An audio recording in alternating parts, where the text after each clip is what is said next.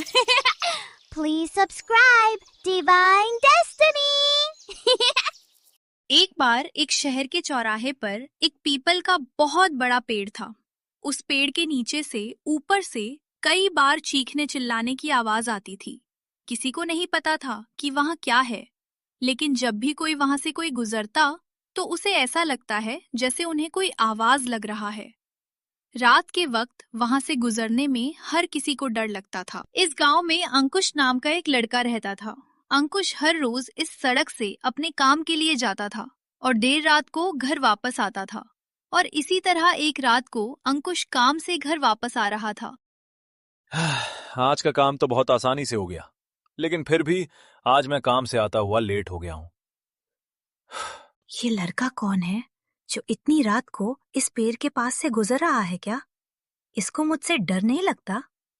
आज मैं इस लड़के को छोड़ूंगी नहीं। माँ, मुझे घर आने में आज बहुत देरी हो गई है। तुम मुझे जल्दी से खाना दे दो, मैं बहुत थक गया हूँ। हाँ बेटा, खाना बन रहा है। मैं भी तुम्हारे लिए खाना लगा देती हूँ। लेकिन तुम मुझे एक बात बताओ, तुम्हारा चेहरा आज ऐसा क्यों लग रहा है? क्या तुम्हारी तबीयत ठीक है? हाँ माँ, मुझे भी आज कुछ ठीक नहीं लग रहा है। जब मैं रास्ते से आ रहा था मुझे ऐसा लग रहा था जैसे कोई मेरे पीछे पीछे चल रहा है। फिक्र मत कर बुढ़िया, तेरे इस लड़के को मैं मार कर बहुत जल्द अपने साथ ले जाऊंगी। आज के बाद मैं हमेशा इसके साथ रहूंगी और जो ये खाएगा वही मैं खाऊंगी। अब मैं इस लड़के के अंदर घुस जाऊंगी और हमेशा इसके शरीर में रहूंगी। माँ, मैं अभी सोने जा रहा हूँ। मेरे सिर में बहुत दर्द हो रहा है और मुझे बहुत भारीपन महसूस हो रहा है। अंकुश जाकर अपने कमरे में अपने बेड के ऊपर लेट गया और सोने की कोशिश करने लगा। लाख कोशिशें के बाद भी वो सो नहीं पा रहा था और उसे बार बार बेचैनी हो रही थी और उसे डर लग रहा था। बेटा, तुम्हें क्या हो गया है? तुम इतने परेशान क्यों हो और इधर उधर क्यों भटक रहे हो? चली जा यहाँ से, बुढ़िया नहीं तो तेरा भी गला दबाकर मार दूंगी। इस लड़के को मैं मरकर अपने साथ लेकर जाऊंगी। तू मेरा कुछ नहीं कर पाएगी।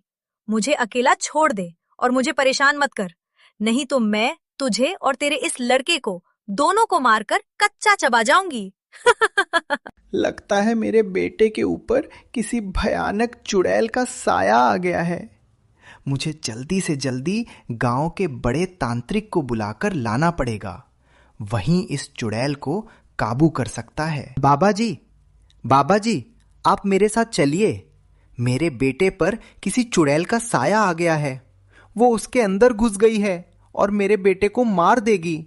आप जल्दी से मेरे साथ चलकर मेरे बेटे को बचा लीजिए। जल्दी चलिए। तू डर मत, मेरे होते हुए कोई भी चुड़ैल तेरे बेटे का कुछ नहीं कर सकती।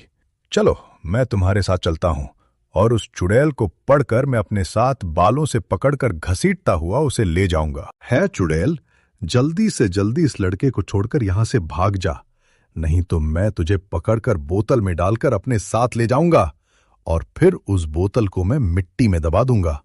फिर तो कभी भी बाहर नहीं निकल पाएगी। तो कौन है और कहां से आई है? जल्दी मुझे बता, नहीं तो तुझे मैं अपने मंत्रों से अपने काबू में कर लूंगा। तू मेरा कुछ नहीं बिगाड़ सकता तांत्रिक, मैं तेरे काबू में नहीं आने वाली। अगर तू अभी यहाँ से नहीं गया तो तू भी मेरे हाथों से मर जाएगा। तुम सबको मैं एक एक करके मार दूंगी। लगता है तू ऐसे मेरी बात नहीं मानेगी। मुझे तेरे ऊपर अपनी शक्तियों का इस्तेमाल करना पड़ेगा। अब देख तो मैं तेरे साथ क्या करता हूं। अब तू अपने असली रूप में आ जाएगी, देखती जा। बचाओ मुझे, बचाओ मुझे, ये तांत्रिक मुझे मार देगा। कोई तो बचाओ मुझे। आपका बहुत बहुत शुक्रिया। मैं 100 साल से उसे पीपल के पेड़ से लटक रही थी। एक एक्सीडेंट में उसे पेड़ के नीचे मेरी मौत हो गई थी। एक ट्रक वाला मुझे मारकर भाग गया था। तब से मेरी आत्मा वहां भटक रही थी और मैं आते जाते हर किसी को परेशान करती थी। लेकिन अब मेरी मुक्ति हो गई है। आज से मैं किसी को परेशान नहीं करूंगी और सबका भला करूंगी। और मैं इस लड़की और इसकी माँ को जितना परेशान किया है उसके लिए मैं इसे माफी मांगती हूँ और वादा करती हूँ फिर कभी इस घर में वापस नहीं आऊंगी। मैं यहाँ से वापस लौट जाऊंगी और वहां से गुजरने वाले हर आदमी के अच्छे के लिए काम करूंगी। मुझे मेरा बेटा वापस मिल गया। मैं बहुत खुश हूं। आज के बाद तुम कभी भी किसी ऐसी जगह से मत निकलना बेटा। हमेशा अपना ध्यान रखना।